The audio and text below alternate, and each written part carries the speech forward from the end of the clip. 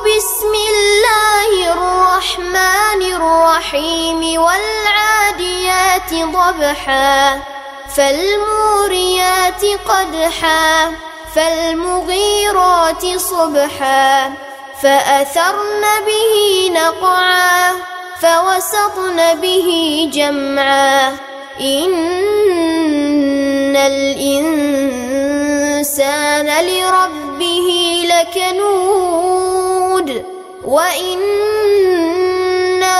على ذلك لشهيد وإنه لحب الخير لشديد أفلا يعلم إذا بعثر ما في القبور وحصل ما في الصدور அஸ்ஸலாமு அலைக்கும் வரஹ்மத்துல்லாஹி வபரகாத்துஹு. கண்ணியத்திற்குரிய பெரியோர்களே, தாய்மார்களே, சகோதர சகோதரிகளே, இந்த பொதுக்கூட்டத்தில் தீவிரவாதத்திற்கு எதிரானது இஸ்லாம் என்கின்ற தலைப்பு வழங்கப்பட்டிருக்கிறது. இஸ்லாம் ஒருபோதும் தீவிரவாதத்தை போதித்தது கிடையாது. இஸ்லாம் தீவிரவாதத்தை போதிக்கின்றதா என்கின்ற கேள்விக்கு பதில் தருவதை விட ஒரு படி தாண்டி போய் தீவிரவாதத்திற்கு எதிரான கொள்கையைத்தான் இஸ்லாம் போதனை செய்கின்றது என்பதுதான் இந்த தலைப்பு. தீவிரவாதம் என்ற வார்த்தைக்கு ஒருவர் ஒரு கொள்கையை அடிப்படையாக வைத்துக்கொண்டு அந்த கொள்கையின் பால் ஒரு லட்சியத்திற்கு பல வகையான போராட்டத்தில் ஈடுபடுவதற்கு தீவிரவாதம் என்று சொல்வார்கள். அந்த கொள்கையிலே உறுதியோடு இருப்பவரை தீவிரவாதி என்றும் சொல்வார்கள். அந்த அகராதியில தான் காந்தி அவர்களை அகிம்சைவாதியாகவும் இந்திய நாட்டின் விடுதலைக்கு போராடிய தீவிரவாதியாகவும் சொல்கிறார்கள். ஆனால் இன்றைக்கு தீவிரவாதம் என்ற வார்த்தை மனித உயிர்களை பழிவாங்கக்கூடிய, பறிக்கக்கூடிய, காட்டுமிராண்டித்தனமான செயல்களில் ஈடுபடக்கூடியவர்களுக்கு தீவிரவாதிகள் என்று வைக்கப்படுகிறது. அதிலும் குறிப்பாக முஸ்லிம்களுக்கு மறுபெயராக தீவிரவாதிகள் என்றும், இஸ்லாம் என்றாலே அது தீவிரவாதத்திற்கு அடித்தளமிடுகிற ஒரு மார்க்கம் என்றும் பல தவறான பிரச்சாரங்கள் ஊடகங்கள் வாயிலாக பரப்பப்பட்டு கொண்டு வருகிறது. இந்த தருணத்தில் இஸ்லாமிய மார்க்கம் தீவிரவாதத்தை எந்த அளவிற்கு எதிர்க்கிறது என்பதை எடுத்துரைக்க வேண்டிய நிர்பந்தம் நமக்கு ஏற்பட்டிருக்கிறது. எந்த அளவிற்கு ஊடகத்தில் இந்த பிரச்சாரம் சென்றிருக்கிறது என்று சொன்னால், மற்ற சமுதாய பெண்கள் வன்முறையில் ஈடுபட்டால் கூட அது மீடியாக்களுக்கு கண்ணுக்கு தெரியாது. முஸ்லிம் சமுதாய பெண்களை பொறுத்த வரைக்கும் அவர்கள் வன்முறையில் ஈடுபட தேவையில்லை. தன்னுடைய கற்பை பேணி காப்பதற்கான ஒரு அறிவுபூர்வமான நடைமுறையாக ஒரு ஹிஜாபை அணிந்து சென்றால் கூட மனித வெடிகுண்டாக சித்தரிக்கப்படுகின்ற அவலத்தில் இன்றைக்கு வாழ்ந்து கொண்டிருக்கிறோம். சமீபத்திலே பத்திரிகையில் வெளியிட்டார்கள், முஸ்லிம் பெண்கள் ஹிஜாப் அணிந்து மனித வெடிகுண்டாக தனது மார்புக்கு அருகிலே வெடிகுண்டுகளை சுமந்து சென்று தாக்குதல் நடத்துகிறார்கள் என்று கொஞ்சம் கூட நாகரிகம் இல்லாமல் ஒரு சமுதாயத்தின் மீதுள்ள காழ்ப்புணர்ச்சியின் காரணமாக ஒரு தவறான ஒரு எண்ண ஓட்டத்தை மக்கள் மத்தியிலே விதைக்கின்ற அவலத்தை பார்க்கின்றோம். அதே மாதிரி செசன்யாவில் இந்த அல் கைதா இயக்கம் என்பது அது இஸ்லாத்திற்கு எதிரான இயக்கம் என்பதில் மாற்று கருத்து இல்லை. அந்த இயக்கத்தினால் இஸ்லாத்திற்கு வளர்ச்சி மிகப்பெரிய அளவில் பெருத்த அடிதான் ஏற்பட்டு கொண்டிருக்கிறது என்பதில் மாற்று கருத்து இல்லை. ஆனால் அந்த அல் கைதா இயக்கம் செசன்யாவில் முஸ்லிம் பெண்களை திரட்டி தீவிரவாத பயிற்சி முகாம் நடத்துகிறார்கள் என்று தமிழகத்தில் இந்தியாவில் உள்ள ஊடகங்களில் பரப்புகிறார்கள். இந்த செய்தியை பரப்புவதற்கு இந்த செய்தியை கொண்டு போய் அங்கிருந்து எடுத்துட்டு வந்தார்களா, போய் செசன்யாவில் போய் பேட்டி எடுத்தார்களா, களப்பணி ஆற்றினார்களா, நேரடி ரிப்போர்ட்டை எடுத்தார்களா என்றால் அது இல்லை. வந்த தகவலா அதுவும் இல்லை, சும்மா விட்டடித்தது. அந்த மாதிரி எல்லாம் அந்த இஸ்லாமிய பெண்கள் என்றால் அவர்கள் தீவிரவாத பெண்கள் என்று சொல்லி மீடியாக்கள் ஒரு பக்கத்தில் முஸ்லிம் பெண்களுக்கு ஒரு முத்திரையை குத்தி வைத்திருக்கிறார்கள். அதே மாதிரி துனிசியாவில் இருக்கக்கூடிய பெண்கள் அவர்கள் ISIS போராளிகள் இருக்கிறாங்க இல்லையா, இந்த ISISங்கிற அந்த ஈராக்கில் தன்னுடைய நாடு தனக்கு தேவைன்னு போராடி கொண்டிருப்பவர்களுக்கு இந்த பெண்களை எல்லாம் சப்ளை பண்ணி அவர்களுக்கு இந்த பெண்கள் ஆசை வார்த்தை காட்டி அவர்களுக்கு இடன்பட்டு குழந்தையை பெற்று சென்று அந்த குழந்தையை தீவிரவாத ஆக்குறாங்க. அப்படி தீவிரவாத பயிற்சிக்காக புள்ள பக்கிற வேலையை ஒரு துனிசியாவில் இருக்கிற நாட்டின் பெண்களே, முஸ்லிம் பெண்கள் ஜிஹாது செய்வதற்கு, போர் செய்வதற்கு, அந்த மாதிரி எல்லாம் தீவிரவாதிகளை உருவாக்குவதற்கு புள்ள பக்கிற வேலையை செய்கிறாங்க. இதுக்கு பேர் நிக்காஹ் ஜிஹாது என்று சொல்லி ஒரு செய்தியை பரப்புகிறார்கள். அந்த மாதிரி துனிசியாவில் எவ்வளோ பேர் போனாங்க, எத்தனை பேர் பெத்தாங்க, எத்தனை பேர் வளர்த்து விட்டாங்க, ஏதாவது சொல்ல முடியுமா? சொன்னார்களா? போட்டார்கள் ஒரு பழி. அதே மாதிரி இந்திய அளவில் எப்படின்னு பார்த்தீங்கன்னு சொன்னால், எங்கே குண்டு வெடித்தாலும் சரி, காஷ்மீரில் இருந்து கன்னியாகுமரி வரைக்கும் எந்த இடத்துல குண்டு வெடித்தாலும் மறு நிமிடமே அந்த பத்திரிகையும் சரி, ஊடகம் சரி, சில ஊடகங்கள் நியாயமாக இருக்கலாம், பெரும்பான்மையா ஒரு பரபரப்பான செய்தியை வெளியிட்டால் தானே ஒரு அந்த வியூவர்ஸ் கவுண்ட் கூடும், பார்வையாளர்கள் எண்ணிக்கை அதிகமாகும். தன்னுடைய அந்த தொலைக்காட்சியிலேயோ ஊடகத்திலோ தான் அதிகமான செய்திகள் பரபரப்பாக வெளிவருதுண்டு பார்க்க மக்கள் ஆர்வப்படுவார்கள் என்று எண்ணி ஒரு சமுதாயத்தின் மேலே எந்த அளவுக்கு திட்டமிட்டு பழி சுமத்துறாங்கன்னு பாருங்க. மத்திய உள்துறை அமைச்சர் உடனே களப்பணி ஆற்றுவார். நேரடியாக போய் சம்பந்தப்பட்டவர்களை நாங்கள் கைது செய்வோம், நடவடிக்கை எடுவோம்னு பேட்டி தருவார். இந்த பேட்டி தரும் பொழுதே கேட்பார்கள், இதில் இந்தியன் முஜாஹிதீன் சம்பந்தப்பட்டிருக்கிறது என்று நீங்கள் நினைக்கிறீர்களா என்றே தொடங்குவார்கள். அதை அந்த உள்துறை அமைச்சராக சொல்ல மாட்டார், இதுவரை யாரும் பொறுப்பேற்றுக் கொள்ளவில்லை என்று தான் தொடங்குவார். இவர்களே தொடங்கி விடுவாங்க, இதில் இந்தியன் முஜாஹிதீன் சம்பந்தப்பட்டு எங்காவது சொல்கிறீங்களா, சொல்லுவீர்களா, நீங்கள் என்ன நினைக்கிறீங்க என்று கேட்பார்கள். அது மாதிரி எங்கே பிரச்சனை வந்தால் முஸ்லீம் தீவிரவாதி, இந்தியன் முஜாஹிதீன், டெக்கன் முஜாஹிதீன், அந்த மாதிரியான ஒரு பெயர்களை சொல்லி ஒட்டுமொத்த இந்தியாவில் எங்கே எந்த வன்முறை நடந்தாலும் சரி அதற்கு காரணம் முஸ்லீம்கள் என்று பரப்பி வைத்திருக்கிறார்கள். அதே மாதிரி எந்த அளவிற்கு முஸ்லீம்கள் சம்பந்தமாக பிற மதத்தவர்கள்ட்ட முஸ்லீம்கள் என்றாலே பள்ளிக்கூடத்தில் சக மாணவர்களுக்கு ஒரு பதட்டம், இவர்கள் அந்த மாதிரியான கூட்டத்தை சேர்ந்தவர்களோ என்கிற எண்ண ஓட்டமெல்லாம் விதைக்கப்பட்டிருக்குல்ல, ஒரு மாதிரி பார்க்குறாங்கல்ல. எல்லாருமே ஒரு மூன்றாந்தர குடிமக்களாக நசுக்கப்பட்டு ஒரு பக்கம் இருக்கும்போது பள்ளி பருவத்திலையும் சரி, பணி செய்கிற இடங்கள்லையும் சரி, எல்லா இடத்துலையுமே முஸ்லீம்கள் என்றால் ஒரு தனி கலர் வச்சு பார்க்குறானே, அதற்கு எல்லாத்திற்கும் இதான் விதையாக இருக்கிறது, இதான் அடித்தளமாக இருக்கிறது. அப்போ அந்த மீடியாவில் எந்த அளவுக்கு சொல்கிறாங்க, இப்போ சமீபத்தில் பல ஆண்டுகள் நடந்த பல்வேறு குண்டுவெடிப்புகளை விடுங்க, இப்போ சமீபத்தில் பெங்களூரில் பாஜக அலுவலகத்திற்கு முன்னால் குண்டு வெடித்ததுன்னு சொல்லி 2 முஸ்லீம்களை கைது செய்தார்கள். இதே மாவட்டத்தை சார்ந்த முஸ்லீம்கள் கைது செய்துவிட்ட நேரத்தில் முஸ்லீம் பயங்கரவாதிகள் கைது, முஸ்லீம் தீவிரவாதிகள் கைது என்று எல்லா பத்திரிகைகளையும் பரப்பினார்கள், பெரும்பான்மையான ஊடகங்களையும் சொன்னார்கள். இவர்களுக்கு அந்த குண்டு வெடிப்பில் தொடர்புள்ளதா, இந்த குண்டு வெடிப்பில் தொடர்புள்ளதா, வேற இதற்காக பணம் சேர்த்திருக்கிறார்களா, இந்த தமிழகத்தின் வேறு இயக்கங்கள் இதற்கு தொடர்பில் இருக்கிறார்களா என்று தீவிர விசாரணை நடக்கிறது என்றெல்லாம் சொன்னார்கள். பிடிச்சி உள்ள வச்சாங்கல்ல.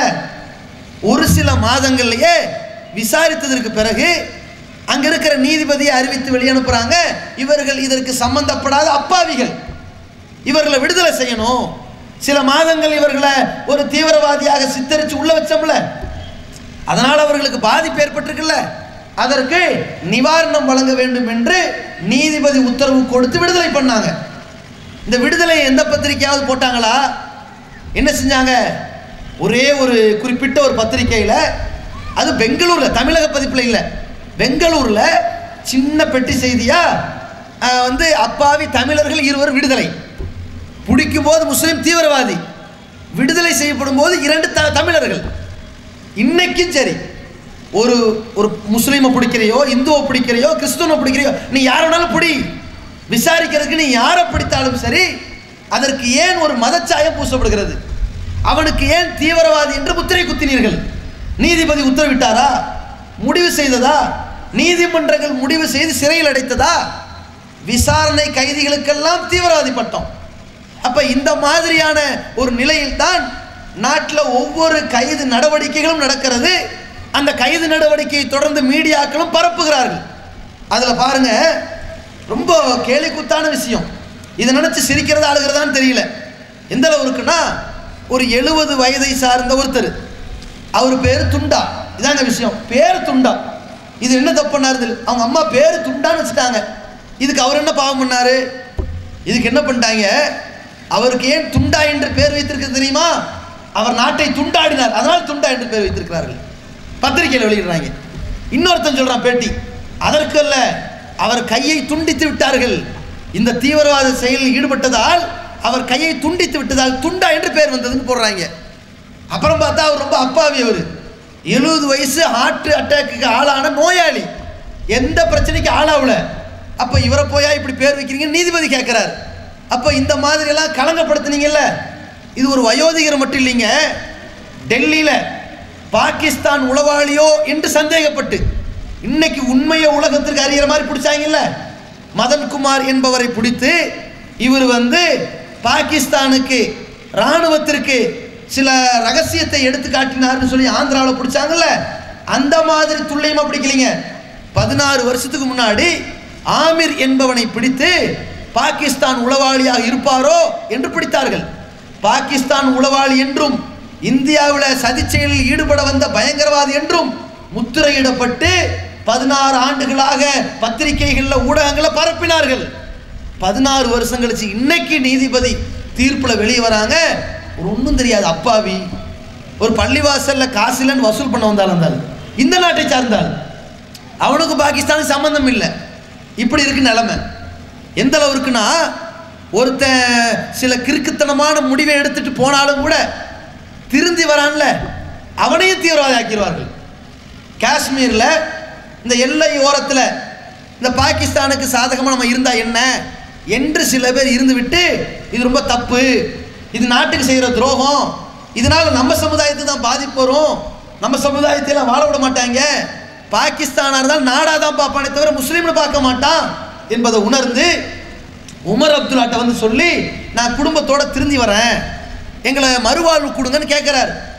அப்படி கேட்ட பொழுது உமர் அப்துல்லா என்ன பண்ணுறாரு, நீ டெல்லிக்கு போ, நான் டெல்லிக்கு தெரிவிக்கிறேன். டெல்லி அதான் மொத்த நாட்டுக்கே உச்ச நீதிமன்றம் இருக்கின்ற அளவில் ஒரு தீர்மானிக்கின்ற, நாட்டின் தலையெழுத்தை தீர்மானிக்கிற அளவில் சட்ட ஒழுங்கை பேசுகிற இடம். நீ டெல்லிக்கு போய் அங்கே காவல்துறையிட்ட போய் சரணாகதி ஆயிரு. நான் பாகிஸ்தான் சம்மந்தப்பட்டவன் இல்லை, நான் திருந்தி வாழ விரும்புகிறேன், இந்த அப்சல் குரு மாதிரி. அப்படி போகிறாரு குடும்பத்தோட வந்தவரை பிடிச்சிட்டாங்க. குடும்பத்துடன் இந்தியாவில் குண்டு வைத்து சதிவலையில் ஈடுபடும் தீவிரவாதி கைது. எல்லா பத்திரிகைகளையும் பப்ளிஷ் பண்ணிட்டாங்க. இந்த செய்தி உமர் அப்துல்லாவுக்கு வந்தவுடன், அட பாவிகளா, திருந்த வந்தவனை தீவிரவாதி ஆக்கிட்டீங்களாடா. ஒரு குடும்பத்தோட, அவன் குடும்பம் அப்பாவி, அவன் என்ன பாவம் பண்ணா, ஏன் இப்படி பண்ணுறீங்கன்னு கேட்டதற்கு பிறகு விடுதலை பண்ணார்கள். இது போன்று ஒன்றும் இல்லை ரெண்டு அல்ல, நம் நாட்டில் இந்திய நாடு சுதந்திரம் அடைந்ததில் இருந்து இஸ்லாமிய சமுதாயம் இந்த ஊடக வழியில் ரீதியாக, இந்த மீடியாக்கள் ரீதியாக தொடர்ச்சியாக தீவிரவாதிகள் என்று அவப்பழி சுமத்தப்படுகின்ற ஒரு நிலையில் ஆளாக்கப்பட்டிருக்கிறோம். இதே மாதிரி சினிமாக்கள்லையும் மனிதர்களுடைய உள்ளங்கள் உடனே பதிகின்ற விஷயத்தில் ஒன்று செய்து, இன்னொன்று என்டர்டைன்மெண்ட், இந்த பொழுதுபோக்கு நிகழ்ச்சிகள், நாடகங்கள், விளம்பரங்கள், இந்த சினிமாக்கள், விளையாட்டுக்கள், இது மாதிரியான விஷயங்கள்லையும் இஸ்லாம் என்றால் தீவிரவாதத்தை போதிக்கிற மார்க்கம், முஸ்லீம்கள் என்றால் வெட்டு குத்துன்னு வன்முறையில் இறக்கி விடுகிற மக்கள், தீவிரவாதத்துக்கு மறுபெயரே முஸ்லீம்கள் தான் போன்ற பல கருத்துக்களில் பல திரைப்படங்கள் அன்றிலிருந்து இன்று வரைக்கும் எடுத்துக்கிட்டு இருக்கிறாங்க. எந்த அளவிற்கு இந்த முஸ்லீம்கள் அத்தனை பேருமே பெரிய பெரிய படித்த பட்டதாரியாக இருக்க மாட்டான். அவன் ஒரு பர்மா பஜார் மாதிரி ஒவ்வொரு மாவட்டங்கள்லையும் தலைநகரங்கள் இருக்கிற வரிசையாக போடப்பட்டிருக்கிற சின்ன பெட்டி கடையில் செல்ஃபோன் வியாபாரம் பண்ணுவான், சின்ன சின்ன தொடப்பக்கட்டை வியாபாரம் பண்ணுவான், பிளாஸ்டிக் பொருட்களை வியாபாரம் பண்ணுவான், பனியன் சட்டி வியாபாரம் பண்ணுவான், அற்ப ஊதியத்துக்கு வியாபாரம் பண்ணுவார்கள். ஆனால் ஸ்லீப்பர் செல்லாக இருப்பார்கள், மறைமுகமாக கொண்டு வைப்பார்கள், அப்படியே கொஞ்சம் கொஞ்சமாக அரிச்சு சாவடித்து விடுவார்கள் என்று படம் தயாரிக்கிறான். இந்த படத்தை பார்த்து விட்டு வந்த பையன், பிற மதத்தை சார்ந்த சகோதர சமுதாயத்தை சார்ந்து விட்டு வந்த பையன் அவங்க வாப்பாவை பார்த்து, இப்படித்தான் முஸ்லீம்கள்லாம் இருக்காங்களாத்தா, இப்படிதான் இருப்பாங்களோ, அப்போ என்னுடைய மாணவன் அடிக்க நம்ம வீட்டுக்கு வரான்ல, சக மாணவன் ஃப்ரெண்டு, அந்த அப்துல்லாவை எப்படி வீட்டுக்கு வேணுமா வர சொல்லாமல் வேணாமா. இந்த படம் மாற்றுது பாருங்க. இந்த நியூஸை சின்ன பையன் மாறாது.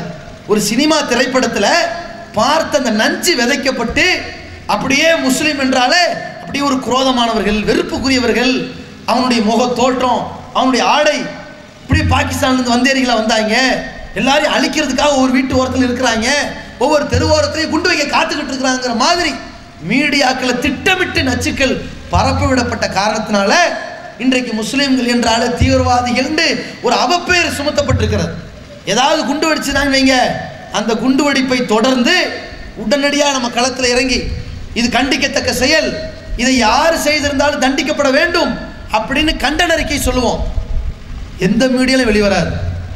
ஆனால் ஒரு முஸ்லீம் ஒரு காரியத்தை செய்கிறானோ இல்லையோ, வேற யார் செஞ்சிருந்தாலும் ஒரு முஸ்லீம் கண்டிக்கிறான்ல, முஸ்லீம் கண்டிக்கிறது ஆச்சரியமா நீ எடுத்துக்கொண்டு போடணுமா இல்லையா?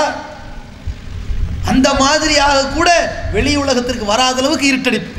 இந்த முஸ்லீம்கள் மனிதநேய பணி செய்கிறார்களே, தமிழகத்தில் 9 ஆண்டு தமிழ்நாடு தௌஹீத் ஜமாத், அதுவும் எல்லா இயக்கங்களை விட, எல்லா சமூக சேவை நிறுவனங்களை விட முஸ்லீம்கள் செய்கிற ரத்த தானம், அதுவும் இந்தியாவிலேயே முதலிடம் தமிழ்நாடு, தமிழ்நாட்டிலேயே முதலிடம் முஸ்லீம்கள்.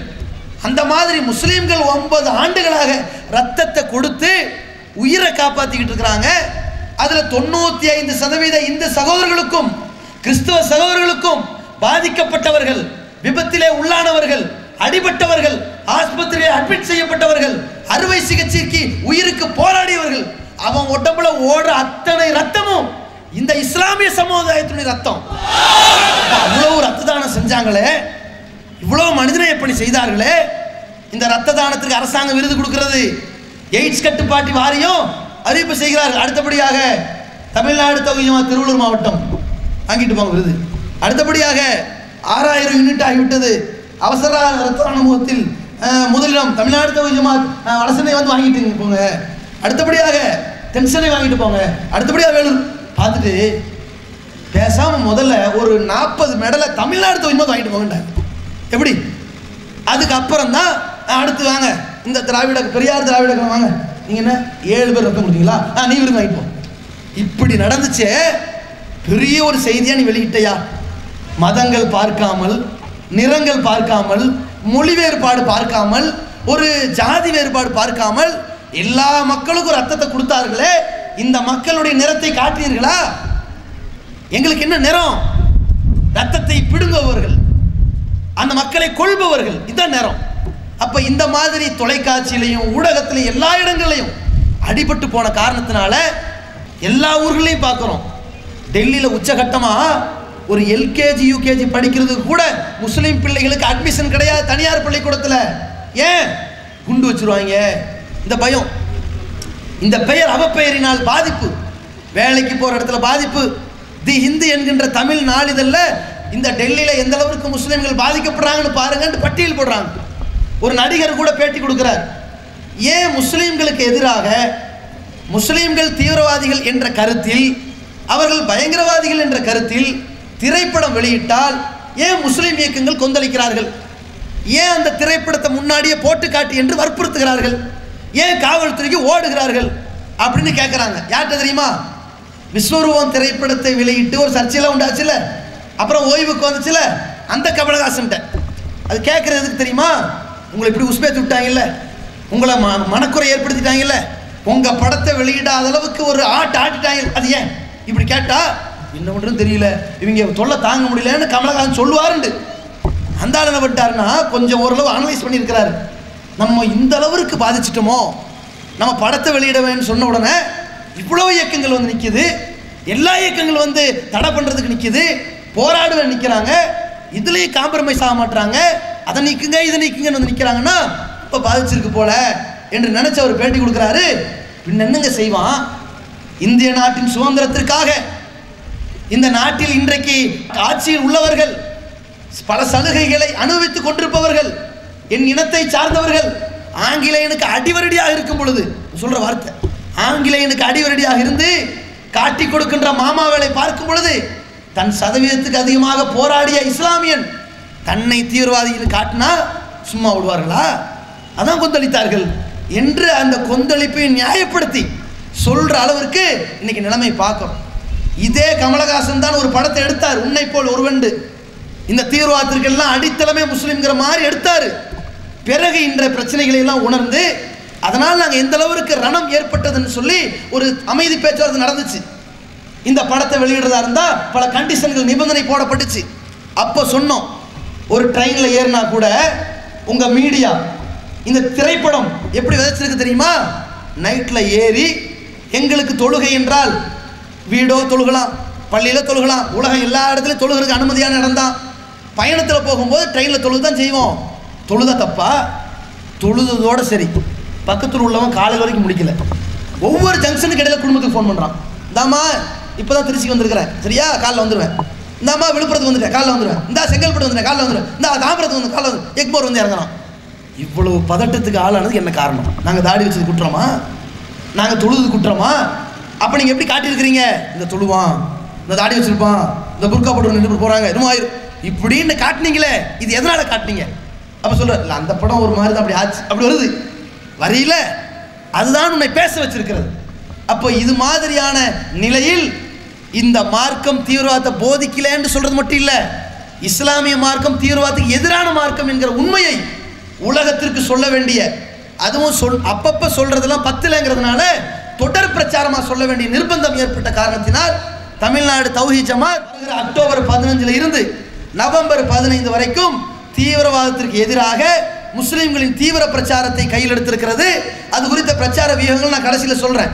முதல்ல இஸ்லாம் எப்படிப்பட்ட ஒரு மனிதநேயத்தை போதிக்கின்ற மார்க்கம், எப்படி தீவிரவாதத்திற்கு எதிரான மார்க்கம் என்பதை புரிந்து கொள்ள வேண்டும்.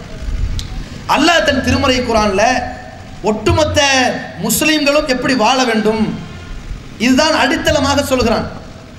அவன் ஒரு மனிதன் இன்னொரு மனிதனுடைய உயிருக்கு எப்படி மதிப்பளிக்க வேண்டும் என்று சொல்கிறான். அப்படி சொல்லுகிற பொழுது மன் அஹியாகா, அடுத்தவரை வாழ வையுங்கள். யார் ஒருவர் ஒரு உயிரை வாழ வைக்கிறானோ ஃபக்க அன்னமா அஹியன்னாஸ ஜமியா, அவர் ஒட்டுமொத்த உலக மாந்தர்களையும் வாழ வைத்திற்கு சமமாகி விடுவார். ஒட்டுமொத்த உலகத்திற்கும் நீ ரத்தம் கொடுத்தா, அதனால் அவன் உயிர் மூச்சு பெற்றால் உனக்கு என்ன கூலி கிடைக்குமோ நீ ஒரு 300 மில்லி கொடு, அது கிடைச்சிடும் என்று மார்க்கம் சொல்கிறது. ஒருத்தன் உயிருக்கு போராடி இருக்கும் பொழுது ஆம்புலன்ஸுக்கு ஃபோன் பண்ணும் பொழுது வரல, 108 வரல, பக்கத்தில் நம்ம ஆம்புலன்ஸ் இருக்கா, ஓடி வா, தூக்கிட்டு போ, ஆஸ்பத்திரியில் சேர்த்து. டாக்டர் சொல்லுவார், நல்ல வேளை 5 நிமிஷம் தாமதப்படுத்தல, இல்லைன்னா உயிர் கையில் வச்சிருக்க முடியாது சொன்னான்ல, இப்படி காப்பாத்திட்டல, நீ ஒட்டுமொத்த உலகத்தை வாழ வச்சுட்ட என்று இஸ்லாம் சொல்கிறது. மனித நேயத்திற்கு இப்படிப்பட்ட ஒரு வார்த்தையை எந்த மதங்களாவது சொல்லியிருக்கிறதா? யோசிச்சு பாருங்க. அதை மட்டும் சொல்லாம அடுத்த உயிருக்கு மீது நீ ரொம்ப மரியாதை செலுத்த வேண்டும், உரிமை காட்ட வேண்டும். எப்படி தெரியுமா? மன் கத்தல நஃப்சன், யார் ஒரு உயிரை கொள்கிறார்களோ அநியாயமாக, ஃபக்க அன்னமா கத்தலன்னாஸ ஜமியா, அவன் உலகத்தில் உள்ள எல்லா மனிதர்களையும் வெட்டி போட்டதற்கு சமம். இந்த வார்த்தை எங்கேயாவது சொல்லப்பட்டிருக்குதா? இஸ்லாம் எப்படி சொல்லப்பட்டிருக்குது? நீ ஒருத்தனை அநியாயமா கொன்னா உன்னை பெத்த தாயும், உன்னை பெத்த தந்தையும், நீ பெத்த பிள்ளையையும், உன்னுடைய பொண்டாட்டியையும், உன் குடும்பத்தையும், உன் சொந்தக்காரனையும், உன் நண்பனையும் உலகத்தில் வரிசையா நிக்க வச்சு நீ வெட்டி கொலை செய்தால் நீ எப்பேற்பட்ட கொடூர காரணம், அப்படிப்பட்ட கொலைநாகராக மாறிவிட்டாய்ன்னு சொல்லி ஒரு மார்க்கம் சொல்கிறது என்றால் அது எந்த அளவுக்கு தீவிரவாதத்துக்கு எதிரான மார்க்கம்னு பாருங்க. இதாங்க அடித்தளம். இந்த அடித்தளத்தை உணர்ந்து பெருமானார் ஸல்லல்லாஹு அலைஹி வஸல்லம் அவர்கள் இதற்கு எந்த அளவுக்கு உயிரோட்டம் கொடுத்தார் என்று பாருங்கள். இஸ்லாமிய மார்க்கம் இன்றைக்கு உலக மக்களிடத்திலே எத்தனையோ விஷயத்தில் பிளஸ்ஸாக இருக்கிறது, அப்படியே தனித்தன்மையாக இருக்கிறது. மூட நம்பிக்கையை ஒழித்து கட்டுவதில் இந்த மார்க்கம் தலை சிறந்த மார்க்கம். பிற மதத்தவர்கள் இப்படி ஈர்க்கப்பட்டு வராங்க, இப்படி பார்த்து ஆச்சரியப்படுறாங்க. தனி மனித வழிபாடை தகர்த்து நொறுக்குகிற மார்க்கம் இந்த மார்க்கம். மனுஷனை மனுஷனா பார்க்கிற மார்க்கம் இது. எந்த மனிதர்கள்ட்டையும் நிறத்தால், மொழியால், இனத்தால், நாட்டால் எந்த வேறுபாடு கிடையாது, தீண்டாமை ஒழித்திருக்கிற மார்க்கம் என்றெல்லாம் நல்ல பெயரை ஒரு பக்கம் பெற்றிருந்தாலும் இந்த தீவிரவாதம்ங்கிற இந்த அவப்பெயர் சுமத்தப்பட்டதால், இந்த மீடியாக்களால் தவறான பிரச்சாரம் வகுக்கப்பட்டதால், இந்த பிரச்சாரத்தின் மூலமாக தவறான எண்ணத்தின் மூலமாக இஸ்லாத்தை அப்படி தள்ளி நின்று பார்க்கிறார்களே, ஒருவேளை இருக்குமோ என்று நினைக்கிறார்களே, அப்படிப்பட்ட நேரத்தில் இஸ்லாமிய மார்க்கம் தன்னுடைய கடவுள் கொள்கை எப்படி சொல்கிறது தெரியுமா? இந்த உலகத்தில் அல்லாஹ்வை தவிர வணக்கத்திற்கு தகுதியானவன் யாரும் இல்லை. இது கொள்கை, சரியா? கொள்கையை சொல்றது தான் நம்ம வேலை. யாரையும் நிர்பந்திக்க கூடாது. யாரையும் திணிக்கக்கூடாது. நன்றாக புரிந்து கொள்ள வேண்டும். இது ஒரு நல்ல கொள்கை, இது சிறந்த கொள்கை. ஒரு பள்ளிக்கூடத்திற்கே ஒரு முதல்வர் இருந்தால் தான் பள்ளிக்கூடம் உருப்படும். ஒரு வாகனத்திற்கு ஒரு டிரைவர் இருந்தால் தான் வாகனம் கரெக்டாக போகும். 2 டிரைவர் இருந்தால் வாகனம் செதஞ்சிரும். ஒரு நிர்வாகத்திற்கு ஒருத்தன் தான் தலைவனாக இருக்கணும் என்கிற அறிவுபூர்வமான வாதத்தில் ஒன்றுதான் இந்த உலகத்தை ஆட்டி படைத்திருக்கிற, மனிதர்களை படைத்த, பரிபாலித்த, அளிக்கின்ற அனைத்திற்கும் அதிகாரம் படைத்தவன் ஒருவன் தான் என்கிற கொள்கை நியாயமான கொள்கை தான், பகுத்தறிவுபூர்வமான கொள்கை தான். இதை நிராகரிப்பதற்கோ மறுப்பதற்கோ மாற்றுவதற்கோ புறந்தள்ளுவதற்கோ எவனால முடியாது. ஆனாலும் அந்த கொள்கையை மார்க்கம் சொல்கிற பொழுது ஃபமன் ஷா ஃபல்யுமின், விரும்பினா ஏத்துக்க, கட்டாயமெல்லாம் இல்லை, உனக்கு பிடிச்சா ஏத்துக்கப்பா, உன்னை நான் திணிக்கல. வமன் ஷா ஃபல் யக்ஃபுர், உனக்கு பிடிக்கலன்னா போ. இதனால எனக்கெல்லாம் நன்மதிமை கிடையாது. உலகமே திரண்டு என்னை வணங்கணும்னு முடிவெடுத்தாலும், அல்லாஹ் சொல்வதாக ரசூலுல்லாஹி ஸல்லல்லாஹு அலைஹி வஸல்லம் சொல்றாங்க, ஹதீஸே குதுசி என்பார்கள், உலகமே திரண்டு என்னை வணங்குவதாக முடிவெடுத்தாலும் என் அந்தஸ்தில் கொஞ்சம் கூடிடாது. கடுகளவு கூட, கடுகளவு இல்லை, கடுகை 1000 துண்டா போட்டு அந்த ஒரு பங்கு, அந்த அளவு கூட கூடிடாது. ஹப்பத்து ஹருதுல்மாங்க, கடுகை 1000 துண்டா வெட்டி மைக்ரோஸ்கோப்ல பார்த்தா தெரியுமே, அந்த துண்டளவு கூட என் அந்தஸ்து உயர்ந்துராது. உலகமே சேர்ந்து என்னை வணங்க மாட்டேன்னு நீ முடிவெடுத்துட்டாலும் என் அந்தஸ்து குறைஞ்சும் போயிடாது. விரும்பின நம்பு, அவ்வளோதான், விரும்பின புறக்கணிச்சுட்டு போ என்று சொல்லுகிற ஒரு மார்க்கம். நபிகள் நாயகம் ஸல்லல்லாஹு அலைஹி வஸல்லம் அவர்கள் ஒரு சந்தர்ப்பத்தில் போர்க்களத்திற்கு பிறகு ஒரு ஓய்வு எடுக்கிற ஒரு இடம், ஒரு போரெல்லாம் முடிச்சுட்டு வருது, அது நாட்டை காப்பாற்றுகிற, நாட்டினுடைய எல்லா மத மக்களையும் காப்பாற்றுகிற ஒரு போர். அதை முடிச்சுட்டு ஒரு இடத்துல ரெஸ்ட் எடுத்துக்கிட்டு இருக்கிறாங்க. அப்போ திடீர்னு ஒரு ஆள் என்ன பண்ணுறாரு, எதிரி ஒருத்தர் வேகமாக வந்து பெருமானார் ஸல்லல்லாஹு அலைஹி வஸல்லம் ஒரு டென்ஸில் ஒரு வாள் தொங்கிட்டு இருக்கிற வாள் டபன் எடுத்துட்டார் கையில். முகமதே, உன்னை நான் இப்போ கொல்ல போகிறேன், யார் காப்பாற்றுவா அப்படின்னு கேட்குறாரு. நபிகள் நாயகம் ஸல்லல்லாஹு அலைஹி வஸல்லம் சொன்னாங்க, அல்லாஹ் தான் காப்பாற்றுவான். என்னடா இது, கைக்கு முன்னாடி கத்தி வாள், கழுத்துக்கு முன்னாடி நிற்கிது, பட்டுன்னு போட்டால் சீவிரும், இந்த நேரத்தில் யார் காப்பாற்றுவான்னு கேட்டால் இதையெல்லாம் தாண்டி ஒருத்தர் இருக்கிறான்ல அவன் காப்பாற்றுவான்னு நம்புறாரு. ஆச்சரியப்பட்டு வாழ்க்கையில் போட்டாச்சு. அப்படியே திணறின உடனே நபி ஸல்லல்லாஹு அலைஹி வஸல்லம் டக்குனு வாள் எடுத்துட்டாங்க. உன்னை நான் கொல்ல போகிறேன், சும்மா கேட்குறாங்க, உன்னை நான் கொல்ல போகிறேன், உன்னை யார் காப்பாற்றுவா, நீங்கள் தான் காப்பாற்றணும். அவர் ஈமான் தானே, அவர் ஈமான் மனுஷனை நம்புறது, இவங்க ஈமான் அல்லாஹ்வை நம்புறது, நீங்கள் தான் காப்பாற்றணும். டேய், உன்னையும் அல்லாஹ் தான் காப்பாற்றுவான், சரியா? சரி, இந்த கொள்கையை நீ நம்புறையா? அடுத்து இது தாவா. அட, உயிரை தூக்க வந்த ஒரு ஆளை என்ன தைரியம் இருந்தா ஒரு சிங்கத்தினுடைய கோட்டைக்குள்ள நீ நுழைஞ்சிருக்கலாம், புடுறா அவனை என்று சொல்லணும்.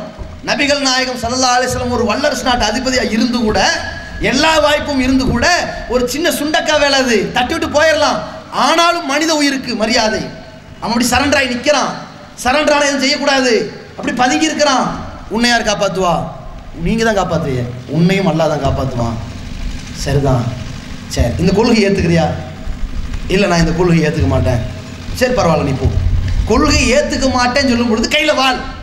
இவங்க என்ன பரப்புறாங்க, இஸ்லாம் வாளால் பரப்பப்பட்டதுன்னு. வாழெல்லாம் பரப்பல, வாழ்க்கையால் பரப்பப்பட்டது.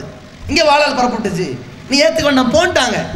அப்பொழுது இந்த மனிதர் சொன்னார், எப்பேற்பட்ட ஆச்சரியம், இப்படி ஒரு மனிதரா, மாமனிதர் அந்த ஊருக்கு போய் சொன்னார், மக்களே, நான் எப்பேற்பட்ட கூட்டத்திலிருந்து தப்பித்து வந்திருக்கிறேன் தெரியுமா, சிறந்த மாமனிதரை பார்த்து விட்டு வந்திருக்கிறேன் சொன்னாரே. அதான் இஸ்லாம், அதான் மனிதநேய மிக்க மார்க்கம், அதான் தீவிரவாதத்திற்கு எதிரான ஒரு மார்க்கம். அப்படி எந்த சுதந்திரம், மூளை சுதந்திரம், சிந்தி, உனக்கு பிடிச்சா ஏத்துக்க, அவ்வளவுதான். ஒரு சந்தர்ப்பத்தில் சுமாமா என்பவர் போர்க்களத்தில் பிடிபடுகிறார். பிடிபட்ட சுமாமாவை பள்ளிவாசல கட்டி வைக்கிறாங்க. கேட்குறாங்க, ரசூலுல்லாஹி ஸல்லல்லாஹு அலைஹி வஸல்லம், மாதா இந்த கையா சுமாமா, சுமாமா என்னப்பா, என்ன சொல்ற, உனக்கு என்ன வேணும் சொல்லு, இப்போ என்ன செஞ்சுக்கலாம்? சுமாமா சொல்கிறார், முகமதே, அதான் பிடிச்சிட்டு வந்துட்டீங்கல்ல, என்ன பண்ணணுமோ பண்ணுங்க, கொலை செஞ்சீங்கன்னா அது பழிக்கு பழி, அது கரெக்டு தான், செஞ்சுட்டு போங்க. இல்லை ஏதோ நஷ்டஈடு மாதிரி கேட்குறீங்கன்னா காசு கொடுக்குறேன், செஞ்சு வா, கேளுங்க தரேன். அல்ல அப்படி வேணாண்டா விட்டுருங்க, என்ன செய்யணும் நீங்கள் சொல்லுங்கள், நீங்கள் எதை செஞ்சாலும் நான் ஏற்றுக்கிறேன்றார் இவர். நபி ஸல்லல்லாஹு அலைஹி வஸல்லம் ஒரு நாள் கழியுது, 2வது நாள் இதே கேட்குறாங்க, அவர் இதே பதில் சொல்கிறாரு. 3வது நாள் அதே மாதிரி வரும்போது நபி ஸல்லல்லாஹு அலைஹி வஸல்லம் சொல்கிறாங்க, உத்துருக்கு சுமாமா, அவரை விட்டுருங்கப்பா, ஒன்றும் வேண்டாம். 3 நாள் எதுக்கு, பனிஷ்மெண்ட் இல்லை, சும்மா இரு, இங்கே என்ன நடக்குன்னு பாரு, போதும். 3 நாள் தான், 3 நாள் கழித்ததுக்கு பிறகு விட்ட உடனே என்ன செய்யணும்? ஒன்று ஓடணும், இவர் இல்லாட்டி இவங்க பிடிச்சிருவாங்க, நபித்துறை எதுவும் அப்படியா நினச்சிட்டு ஓடணும். அவர் எப்படி பார்க்குறாரு? பெருமானா ஸல்லல்லாஹு கேட்ட கேள்வி, அவங்களுடைய கனிவான தன்மை, அவங்க பண்பு, அவங்க குணநலன் எல்லாத்தையும் பார்த்துட்டு அப்படி குளிச்சுட்டு ரசூலாட்ட வந்து சொல்கிறாங்க, அல்லாஹ்வின் தூதரே, உலகத்திலேயே ஒரு மனிதன் கெட்ட மனிதன் நான் நினைத்திருந்தால் உங்களை தான் நினச்சிட்டு இருந்தேன். இப்போ சொல்கிறேன், உலகத்திலேயே உங்களை மாதிரி சிறந்த மனிதன் யாரும் கிடையாது அப்படின்ட்டு வருகிறார்.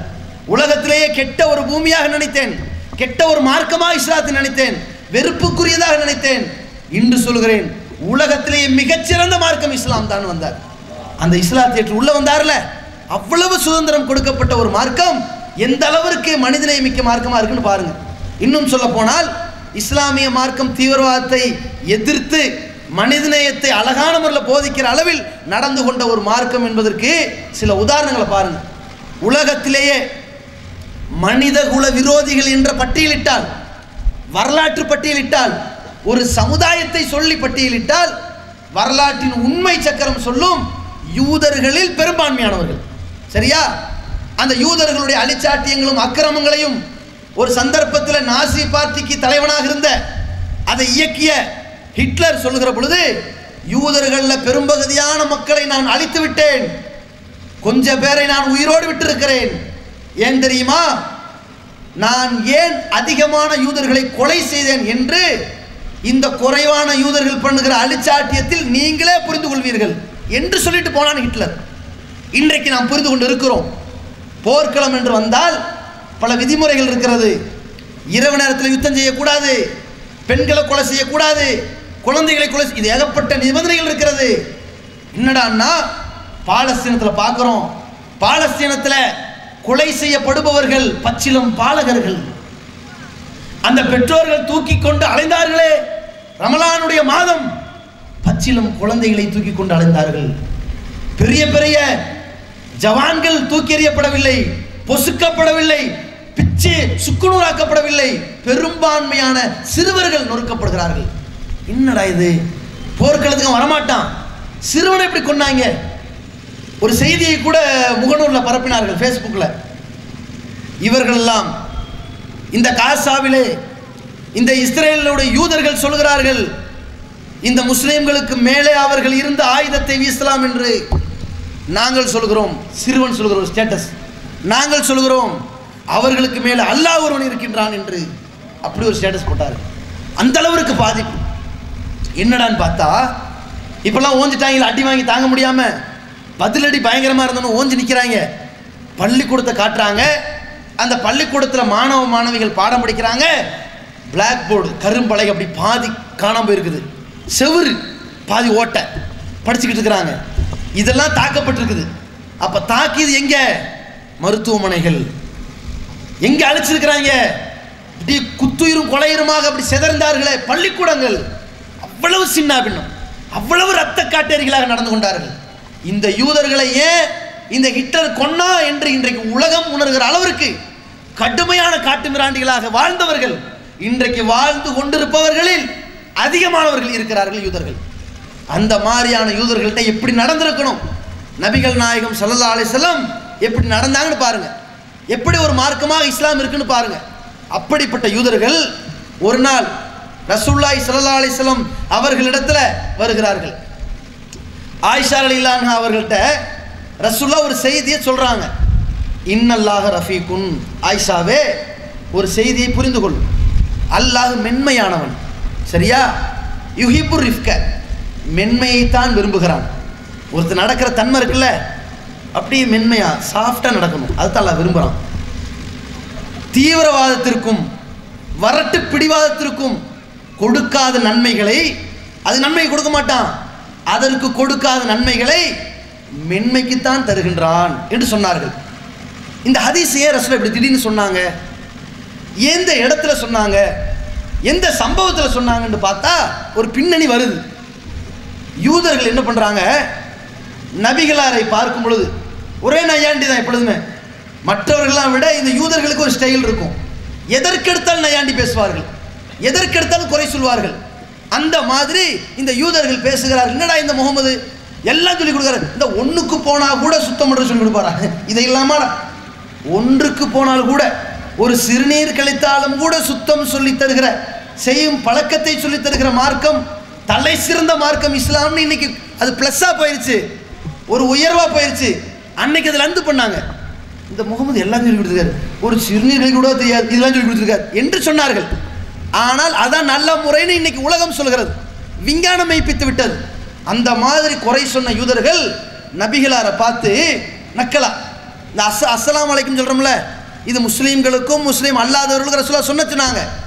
லா துமினு ஹத்தா தஹாபு, நீங்கள் ஒருவருக்கொருவர், லா ததுகுலுல் ஜன்னத்த ஹத்தா துமினு, நீங்கள் ஈமான் கொள்ளாதவரை சொர்க்கத்தில் நுழைய முடியாது, நீங்கள் ஒருவருக்கொருவர் நேசம் கொள்ளாதவரை ஈமான் கொள்ள முடியாது என்றார்கள். அந்த வரிசையாக வரும்.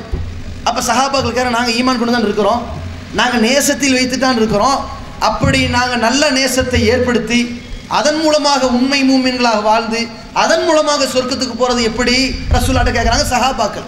ரசூலுல்லாஹி ஸல்லல்லாஹு அலைஹி வஸல்லம் சொன்னாங்க, அஃஷு ஸலாம பைனக்கும், உங்களுக்கு மத்தியில் சலாத்தை பரப்புங்கள். லிமன் அரஃப்தம் அல்லாம் தாரிஃப், நீ அறிந்தவன் அல்ல அறியாதவன் எல்லாருக்கும் சொல்லு, எல்லாருக்கும் சலா, இந்த அல்லாஹ்வின் அமைதி உண்டாகட்டும்னு எல்லாருக்கும் சொல்லு. முஸ்லீம், இந்து, கிறிஸ்தவன், நாத்திகன், சீக்கியன், பௌத்தன் யார்ட்டையும் சொல்லு, பரப்பணும், தெரிஞ்சவன் தெரியாத எல்லாத்தையும் சொல்லு. அப்படி சொன்னாங்கல்ல, இதை ரசூலுல்லாஹ் சொல்றாங்க. யூதர்கள் எப்படி கொண்டு வராங்க தெரியுமா? அஸ்ஸலாமு அலைக்கும் இப்படி கொண்டு வந்தாங்க. அஸ்ஸலாமு அலைக்கும்னா உங்கள் மீது அமைதி உண்டாகணும்னு அர்த்தம், அஸ்ஸலாமு அலைக்கும்னா நாசமா போன்ற அர்த்தம். சாம்னா நோய், அழிவு, விஷமம், கிருமி, நாசமா போன்ற அர்த்தம். இதை சொன்ன உடனே ஆயிஷா ரலியல்லாஹு வந்ததே கோபம். அஸ்ஸலாமு அலைக்கும் அலைக்கும் லானத்து, டே உனக்கு தான்டா சாவு உண்டாகட்டும், உனக்கு தான் நாசம் உண்டாகட்டும், போய் தொலைங்கடா அப்படின்றாரு. ஆயிஷா நான் சொன்ன வார்த்தை கடுமையான வார்த்தை, அவங்க வந்ததுக்கு நெத்தியில் அடிக்கிற மாதிரி பதில் தான். ஆனாலும் ரசூலுல்லாஹி ஸல்லல்லாஹு அலைஹி வஸல்லம் எப்பேற்பட்ட கொடுங்கோலர்கள், எப்பேற்பட்ட விஷமிகள், எப்பேற்பட்ட விமர்சகர்கள் அழகாக டீல் பண்ணுறாங்க. ஆயிஷாவே அப்படி சொல்லாத, ஓ அலைக்கும் அஸ்ஸலாமு அலைக்கும் எங்களை பார்த்து சொன்னீங்கல்ல, உங்கள் மீது அழிவு உண்டாகட்டும்னு நான் முழுசெல்லாம் சொல்ல, வாழைக்கும் உங்கள் மீது உண்டாகட்டும், போயிட்டு வாங்க, வேற வளவலன்னு பேச வேண்டாம். ஆயிஷாட்ட சொல்கிறாங்க, ஆயிஷாவே நீ அப்படி நடந்துக்கூடாது, ஏன் தெரியுமா? அல்லாஹ் மென்மையானவன், மென்மையைத்தான் விரும்புகிறான், வரட்டு பிடிவாதத்துக்கும் தீவிரவாதத்திற்கும் கொடுக்காத நன்மையை மென்மையாக நடக்கிறதுக்கு தான் கொடுக்குறான், நீ ஏன் இப்படி பேசுகிற என்று சொன்னார்கள். என்றால் எப்பேற்பட்ட ஜாம்பவானாக இருந்தவன்ட்ட கூட நபிகள் நாயகம் ஸல்லல்லாஹு அலைஹி வஸல்லம் அவர்கள் இரக்க குணத்தோடு நடந்தார்கள் என்று பாருங்கள். அந்த யூதர்களிடத்தில் தான் தன்னுடைய வாணிபம் இருந்தது, வியாபாரம் இருந்தது. தனக்கு ஒரு மரைக்கால் கோதுமை கிடைக்காத, உணவுக்கு வழி இல்லாத நிலையில் ஒரு வல்லரசு நாட்டின் அதிபதியாக இருக்கும் பொழுது கூட யூதன்ட்ட தான் அடமானம் வைத்தார்கள். யூதன்ட்ட போய் அடமானம் வைத்து தன்னுடைய போர்க்கவசத்தை அடமானம் வைத்து வாங்கி கோதுமை வாங்கி சாப்பிட்டார்கள் என்ற வரலாறை பார்க்கிறோமே. எந்த மாதிரிலாம் பழக்கத்தை வைத்திருக்கான்னு பாருங்க. ஒரு நாள் ரசூலுல்லாஹி ஸல்லல்லாஹு அலைஹி வஸல்லம் அவர்கள் ஒரு இல்லத்திற்கு செல்கிறார்கள். ஒரு சிறுவனுக்கு நோய்வாய்ப்பட்டிருக்கிறார், நலம் விசாரிக்க செல்கிறார்கள். யார் அவர்? யூத சிறுவன். நபிகள் நாயகம் ஸல்லல்லாஹு அலைஹி வஸல்லம் அவர்களிடத்தில் பல ஆண்டுகளாக வேலை பார்க்கிற சிறுவன், அவனுக்கு உடம்பு சரியில்லை. யூதனை வேலைக்கு வச்சது எவ்வளோ பெரிய மனிதனேயும், அவனுக்கு உடம்பு சரியில்லைன்னு உடனே ஒரு வல்லரசு நாட்டு அதிபதி ஆளை விட்டு விசாரிக்காம தானே போனது எவ்வளோ பெரிய தன்மை, எப்படிப்பட்ட ஒரு மார்க்கம்னு பாருங்க. இதுவா தீவிரவாதத்தை போதிக்குது அல்ல தீவிரவாதத்தை அழிக்குதா?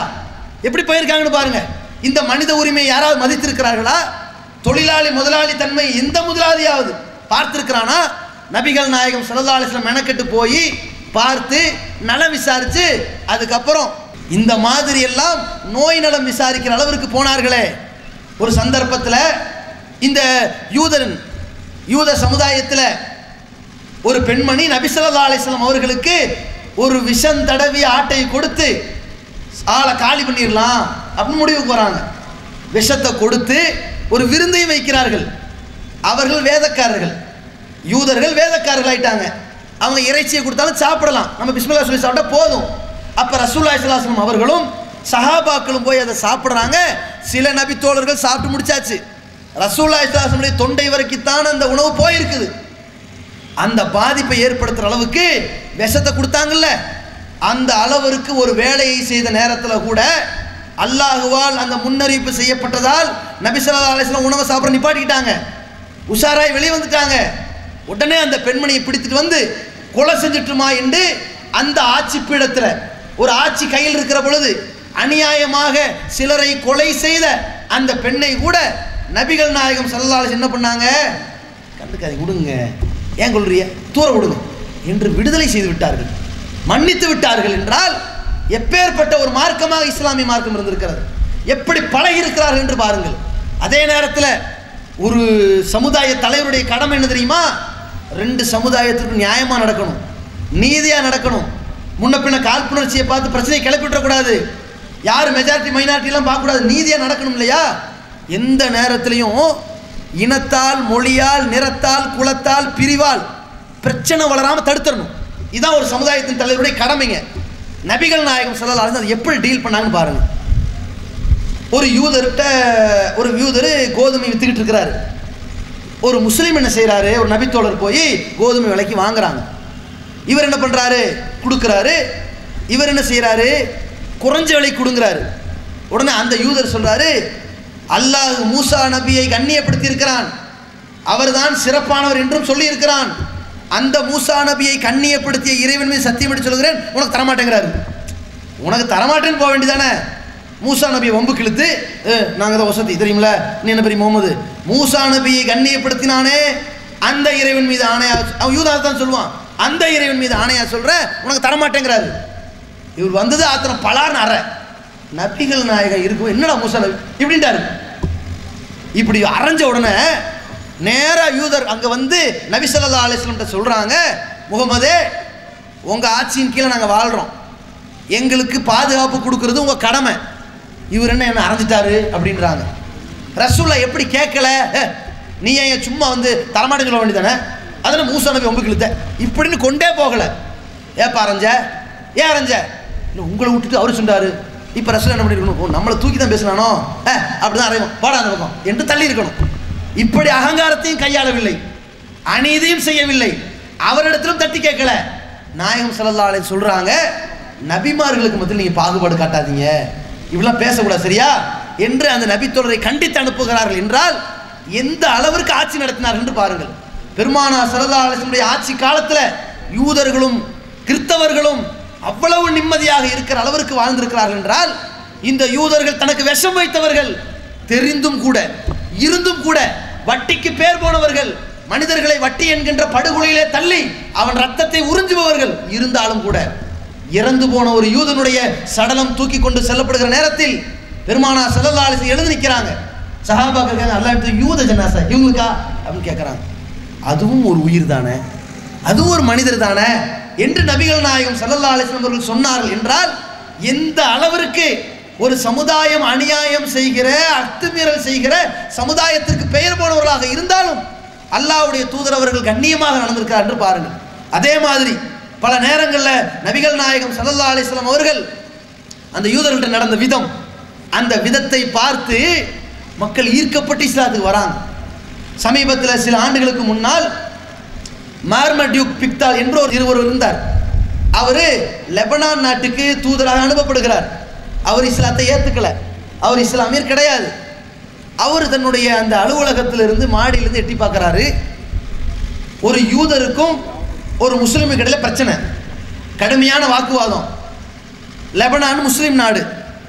அந்த யூதர் என்ன பண்ணுறாரு, முஸ்லீமை சகட்டி மணிக்கு திட்டுறாரு. யூதன் கிழவனா இருக்காரு, திட்டு வாங்குறவர் இளைஞராக இருக்கிறாரு. கடுமையாக திட்டு வாங்கிட்டு இருக்கும் பொழுது அந்த மார்மடியூக் பிக்தால் எப்படி பார்த்துக்கிட்டாரு, என்னடா இது ஒரு முஸ்லீம் நாடு, வயசான யூதன் இவ்வளோ திட்டுறான், இந்த ஆள் ஓங்கி அரைச்சி செத்துருவான், அதையும் செய்யல, ஒரு முஸ்லீம் நாட்டில் யூதன் இந்த அளவுக்கு பேச எப்படி விடுறாங்க, இப்படிலாம் பார்த்துக்கிட்டு பிறகு அவரை கூப்பிட்டு, ஏன்பா உன் நாடு பெருசு, முஸ்லீம் நாடாக இருக்குது, இந்த நாட்டில் வந்து நீ யாரை வந்து திட்டுறாங்க, உன்னை திட்டுறவன் யூதனாக இருக்கான், அவன் கிழவனாக இருக்கான், திருப்பி அடிக்க மாட்டியா, திருப்பி கேள்வி கேட்க மாட்டியா, ஊரை கூட்ட மாட்டீங்களா நீங்கள், ஏன் ஒன்றுமே செய்யாமல் இருந்த அப்படின்னு கேட்குறார். அப்போ அவர் சொல்கிறார், நபிகள் நாயகம் ஸல்லல்லாஹு அலைஹி வஸல்லம் சொன்னாங்க, இன்னலி சாஹிபி மக்கால், கடன் கொடுத்தான்ல, கடன் கொடுத்தவனுக்கு திட்டுறதற்கு, கேள்வி கேட்கறதுக்கு, ஏச்சு பேச்சு சொல்வதற்கு அனுமதி உண்டு.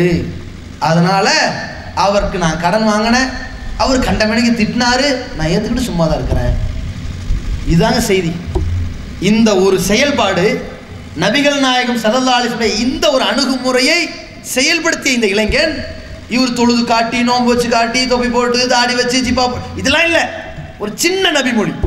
அந்த நபிமொழியை செயல்படுத்தியவுடன் இந்த மார்மடியூ பிக்தால் என்பவர் முகமது பிக்தாலாக இஸ்லாத்தை ஏற்று வருகிறார்.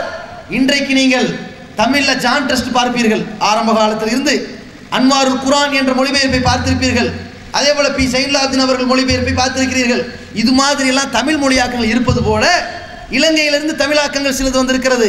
அது மாதிரி ஆங்கிலத்தில் ஒரு மொழிபெயர்ப்பாக சொல்வதாக இருந்தால் முகமது பிக்தாலுடைய மொழிபெயர்ப்பை சொல்ற அளவிற்கு அவர் இதையும் இஸ்லாத்தை ஏற்று இந்த மார்க்கத்தையும் கற்று அரபு புலமையும் பெற்று அரபுலிருந்து ஆங்கிலத்தில் மொழிபெயர்க்கிற வேலையும் செய்து 114 அத்தியாயத்தை மொழிபெயர்த்துட்டு போற அளவிற்கு ஒருவரை பண்படுத்தி இருக்கிறது என்றால் அதற்கு யார் காரணம்? பெருமானார் ஸல்லல்லாஹு அலைஹி வஸல்லம் அவர்களுடைய அந்த மனிதநேய மார்க்கத்தின் செயல்பாட்டின் வடிவம் காரணம். அந்த வடிவத்தை நாமும் பின்பற்றினால் எவ்வளோ பேர் ஏற்று வருவார்கள்னு பாருங்க. இதை நம்ம மக்களோட செயல்முறையில் காட்ட வேண்டும். அல்லாஹ்வுடைய தூதரவர்கள் யூதர்கள்ட்ட மட்டும் இப்படி நடந்தாங்களா? மனித உரிமையை எந்த அளவுக்கு சொல்லித்தராங்கன்னா, ஒரு மனிதன் அவன் சிறந்த முஸ்லிம் என்று பெயர் வாங்க வேண்டும் என்றால் என்ன செய்ய வேண்டும் தெரியுமா? மன் சலிமன் நாஸ் மின் லிசானி வ யதிஹி. ஹாக்கிம் என்ற ஹதீஸ்ல பதிவு செய்யப்பட்ட ஒரு செய்தி. எல்லா மனிதர்களும் இவனுடைய கரத்தினாலும் இவனுடைய நாவினாலும் பாதுகாப்பு பெற வேண்டும். அதாவது இவன் கரத்தின் தீங்கை விட்டும் நாவின் தீங்கை விட்டும் பாதுகாப்பு பெற வேண்டும் என்றால் அதுக்கு என்ன அர்த்தம்? ஒரு முஸ்லிமு எல்லா மனிதர்களுக்கும் தன்னுடைய நாவினால் தீங்கு தரக்கூடாது, தன்னுடைய கரத்தால் தீங்கு தரக்கூடாது, இதுதான் அர்த்தம். ஆனால் ஹதீஸினுடைய இன்னொரு அர்த்தம் என்ன தெரியுமா? மன் சலிமன்னாஸ், எல்லா மக்களும் நிம்மதியாக இருப்பார்கள். யார் மூலம்? முஸ்லிமுடைய நாவின் மூலம். இவனுடைய நாவு எல்லா மக்களுக்கும் உரிமையை மீட்டு தருகின்ற நாவாக இருக்கும். அவன்தான் சிறந்த முஃமின், சிறந்த முஸ்லிம். இவனுடைய கரம் எல்லா மக்களையும், முஸ்லிமு, இந்து, கிறிஸ்தவன், பௌத்தவன், நாத்தியன், சீக்கியன், யாராக இருந்தாலும் சரி, எல்லோரையும் தனது கரத்தால் காக்கின்றவனாக இருக்க வேண்டும். அவன்தான் சிறந்த முஸ்லிம் என்று நபிகள் நாயகம் ஸல்லல்லாஹு அலைஹி வஸல்லம் அவர்கள் சொல்கிறார்கள். எந்த அளவிற்கு இஸ்லாம் மனிதநேயத்தை போதிக்கின்ற மார்க்கமாகவும் தீவிரவாதத்தை தட்டி எறிகிற மார்க்கமாக இருக்குன்னு பாருங்க. தீவிரவாதம் என்னது? ஒரு மனிதனை கருத்தா வெல்லாம, நியாயப்படி சொல்லாம, மென்மையாக சொல்லாம, அவனுக்கு புரிந்துற விதத்தில் சொல்லாம, அவன் வரம்பு மீறினா பதிலடி கொடுக்கறது வேற. அந்த மாதிரி இல்லாம இவன் என்ன பண்றான்? அவனை திணிக்கிறது, கஷ்டப்படுத்துறது, நோவினை பண்றது, ஏமாத்துறது, அவனை மன புண்படி மாதிரி பேசுறது, கெட்ட வார்த்தை பேசுறது, அவதூறு பேசுறது, லேனத்து பண்றது, நாசமா போன்னு திட்டுறது, அவனுடைய நாவினால் பாதிப்பு ஏற்படுத்துறது, அடிக்கிறது, துன்புறுத்துறது, அவனை படுத்த படுக்கைக்கு ஆளாக்குறது, கொலை பண்றது, இவ்வளவு வகையான தீவிரவாத செயல்கள் இருக்குதே. நபிகள் நாயகம் ஸல்லல்லாஹு அலைஹி வஸல்லம் எந்த அளவிற்கு ஒரு மனிதனுடைய மானத்திலும் உயிரிலும் அவனுடைய உடமையிலையும் கவனம் செலுத்துறாங்கன்னு பாருங்க. இன்ன அம்பாலக்கும், உங்களுடைய பொருளாதாரங்கள், ஓ ஆறாலக்கும், உங்களுடைய மானம், ஓ திமாக்கும் ஹராம், உங்களுடைய உயிரும் புனிதமானது. எப்படிப்பட்ட புனிதம்? அல்லாஹ்வுடைய தூதர்கள் அரஃபா பெருவழியிலிருந்து சொல்லுகிறார்கள், இந்த மக்கா நகரம் எவ்வளவு புனிதமோ, இந்த மாதம் ஹஜ் மாதம் எவ்வளவு புனிதமோ, அதுபோல உங்களுடைய ரத்தம், மானம், உடல் உரிமை அத்தனையுமே புனிதமானதுன்னு சொன்னார்களே. எந்த ஹஜ்ஜினுடைய மாதத்திலே பெருமானார் ஸல்லல்லாஹு அலைஹி வஸல்லம் மனிதனுடைய உயிரும் உடமையும் மானமும் புனிதம் என்று போதனை செய்தார்களோ, அதே ஹஜ் மாதத்தில் புறப்படுகிறது தீவிரவாதத்திற்கு எதிரான முஸ்லிம்களின் தீவிர பிரச்சாரம் என்பதை பதிவு செய்து கொள்கிறோம். அதே நேரத்தில் நபிகள் நாயகம் ஸல்லல்லாஹு அலைஹி வஸல்லம் சொல்றாங்க, சஹாபாக்கள் உட்கார்ந்துட்டு இருக்கிறாங்க. ஒரு நபித்தோழர் எந்திரிச்சு வெளியே போறாரு. அவருடைய வாள் இருக்குல்ல, அதை எடுத்து ஒளிச்சு வச்சுக்கிட்டாங்க. அதுதான் முக்கியமான பொருள். ஏன்னா பாலைவனத்தில் பயணம் பண்ணுறாங்க, எதுவும் நடக்கலாம், விலங்குகள் வரலாம், அது தாக்கிற அளவுக்கு தற்காப்பு தேவை. அப்போது அவர் வந்தோடனே பதறி அப்படி நிற்கிறாரு. காணாம போச்சே, ஐயோ காணாம போச்சே, நமக்குன்றது ஒரு தானே, அது கிடைக்கிறது கஷ்டம். காணாம போச்சே, காணாம தேடுறாரு. ஒரு சகாவி தாங்க நீங்கள் தேடினது தான் அப்படின்னு காட்டுறாரு. அப்படி பார்த்துப்பா, ஐயோ ஒளிச்சு வச்சிங்களோ அப்படின்னு திடுக்கிட்டாரு. ஒரு திடுக்கி அப்படி தடுமாறினதை பார்த்து ரசூலுல்லாஹி ஸல்லல்லாஹு அலைஹி வஸல்லம் சொல்கிறாங்க, ஒரு மூமினுக்கு இது தகுதியானது இல்லை. எந்த நேரத்திலும் யாரையும் திடீர்னு தடுமாற விட்டுறாதீங்க. எப்படிப்பட்ட வார்த்தையை பாருங்க. ஒருத்தர் பேனாவை தொலைச்சி வச்சாலும் தேடுவான்ல, ஒரு கிளாஸில் பள்ளிக்கூடத்தில் ஒரு ரப்பரை தேடுவான்ல, காணோம், நேற்றா வாங்கி கொடுத்தாங்க, திட்டுவாங்க வீட்டில் போய், இன்னைக்கு இப்படி நிற்பான்ல, இது கூட பாவம். இப்படியெல்லாம் ரசூலுல்லாஹி ஸல்லல்லாஹு அலைஹி வஸல்லம் சொல்லுவாங்களா பாருங்க. இந்த மாதிரிலாம் ஒரு வார்த்தையை பாருங்க.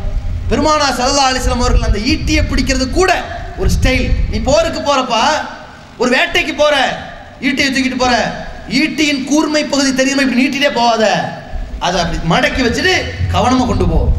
நீ கையில சும்மா வச்சாலும் கூட எதர்ச்சையா அடுத்த மேல பட்டா, ஏதாவது தீங்கு ஏற்பட்டா அது பாதிச்சிடும் இல்லையா என்று நபிகள் நாயகம் ஸல்லல்லாஹு அலைஹி வஸல்லம் அவர்கள் சொல்கிறார்கள் என்றால் எவ்வளவு மனித உரிமையை பார்த்திருக்கிறார் என்று பாருங்கள்.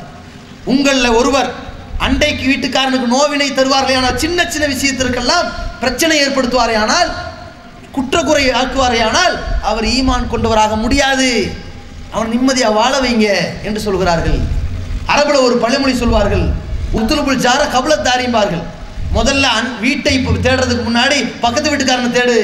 நீ எங்கே குடி போறியா, லைட் இருக்குதா, காற்று இருக்குதா, கரண்ட் இருக்கா, தண்ணி வருதான்லாம் பார்க்காத. அங்கே முதல்ல பக்கத்து வீட்டுக்காரன் உருப்படியாக இருக்கான்னு பாருப்பாங்க. அவ்வளோ ரொம்ப முக்கியமான விஷயம். தொட்டதுக்கெல்லாம் குறை சொல்ல வருவாங்க. அந்த மாதிரி ரசூலுல்லாஹி சொல்கிறாங்க, தொட்டதுக்கெல்லாம் குறை சொல்லுவார்களே ஆனால் மூமினே கிடையாதுங்கிறாங்க. அந்த அளவிற்கு ஒரு மனிதனுடைய மனம் கோணக்கூடாது என்று பார்க்கிற ஒரு மார்க்கம் தீவிரவாதத்துக்கு எந்த அளவுக்கு எதிராக இருக்குன்னு பாருங்கள். அதே மாதிரி நபிகள் நாயகம் ஸல்லல்லாஹு அலைஹி வஸல்லம் அவர்கள் தனக்கு பணியாளாக இருந்தால் எப்படி நடந்து கொள்ள வேண்டும்ங்கிறது சொல்கிற பொழுது, அபூதர் ரலியல்லாஹு அவர்கள் தன்னிடத்தில் வேலை செய்கிற ஒருத்தரை அவங்க தாயாரை திட்டாங்க. அல்லாஹ் ஒருத்தர் கண்டிக்கிறாங்க, அட பாவிகளா, நீங்கள் இஸ்லாத்தை ஏற்று கூட அறியாமை காலத்தில் செய்கிற வேலை செய்கிறீங்களே, உங்களுக்கு ஒரு பணியால் இருப்பாரையானால் நீங்கள் நான் உடுத்துற மாதிரி நல்ல ஒரு ட்ரெஸ் வாங்கி கொடுங்க, நீங்கள் திங்கிற சோத்தை போன்றவனுக்கு கொடுங்க, அவன்கிட்ட ஒரு உணவை வாங்கி சொல்ல அனுப்பினாலும் கூட அந்த உணவை அவன் வாங்கிட்டு வந்து பக்கத்தில் உட்கார வச்சு சாப்பிடவை. என்ன அதை பார்க்குற போல அப்படின்றத வாங்கிட்டு வந்து கொடுத்தானா, இந்தப்பா நீ கொஞ்சம் வாங்கிக்க என்று சொல்லி அனுப்பணும். இல்லைன்னு வைங்க, ஏன்பா நிற்கிற, உட்கார்ப்பா சாப்பிடுவோம் என்று கூடி உட்கார வைக்கணும். இந்த பக்கத்தில் அமர வச்சோம்னு வைங்க, எப்படி பார்ப்போம், என்னடா இது முதலாளி நம்ம தொழிலாளி, ஒரு 10 ரூபாய்க்கு ஒரு அல்வா மிச்சிருவானு தப்பா கூட்டு வந்து இங்கே உட்கார வச்சுட்டாரா நினைப்பாரா இல்லையா? எப்படி ஒரு மார்க்கம் நினைப்பாரா இல்லையா? அப்படி கூட கூட உனக்கு உட்கார வைக்கிற மாதிரி இருக்கா, என்னப்பா நீயும் சாப்பிடல, நீ வாங்கிக்க போய் 10 ரூபா. இப்படி செஞ்சா அவன் ஏமாத்துவானா, உள் கமிஷன் அடிப்பானா, துரோகம் பண்ணுவானா? எப்படி ரசூலுல்லாஹி ஸல்லல்லாஹு அலைஹி வஸல்லம் பார்க்குறாங்க பாருங்க. அந்த அளவிற்கு எந்த மதம்லாம் இல்லை, உன்னிடத்தில் தொழிலாளி வர யாரா இருந்தாலும் இப்படி நடந்து காட்டு. பெருமானார் ஸல்லல்லாஹு அலைஹி சொல்லுகிற மனித உரிமை இது தீவிரவாதத்துக்கு எதிரானது இல்லையா? நபிகள் நாயகம் ஸல்லல்லாஹு அலைஹி வஸல்லம் அவர்கள் ஒரு சந்தர்ப்பத்தில் பள்ளிவாசல்ல ஒரு கிராமவாசி வந்து சிறுநீர் கழிக்கிறாரு. அவருக்கு இது பள்ளின்லாம் ஒன்றும் தெரியாது, எல்லாம் மணல் தான், ஒரு கீத்து கொட்டாய் மாதிரி இருக்குது. சிறுநீர் கழிச்சுக்கிட்டு இருக்கும்போது சஹாபாக்கள் அடிக்க போறாங்க, அடிக்க நிறுத்து, அவர் கழிக்கணும்.